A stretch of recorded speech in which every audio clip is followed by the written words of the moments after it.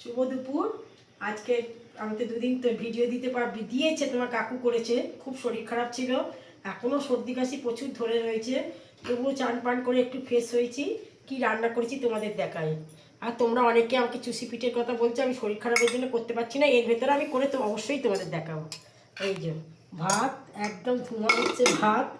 আচ্ছা, এটা হচ্ছে হেলাঞ্চা শাক আর আলু ভাতে। আচ্ছা, এটা হচ্ছে মূলো ভাতে, পালং শাক দিয়ে মুগ ডাল, এর মধ্যে গাজরও আছে, পেঁপেও আছে। আচ্ছা, এটা হচ্ছে ধোকার ডালনা। ধোকাগুলো কিন্তু কেনা, ধোকার ডালনা।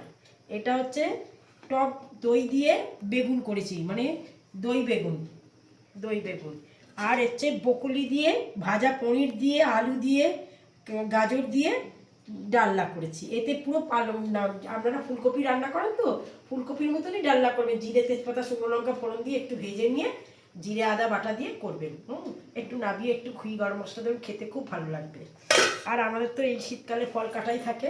হ্যাঁ, কেন আমি আর পরে বসে কাটতে পারি না, ছাদে নিয়ে চলে যাবো। এটা সরিয়ে দেবো এখন এখান থেকে।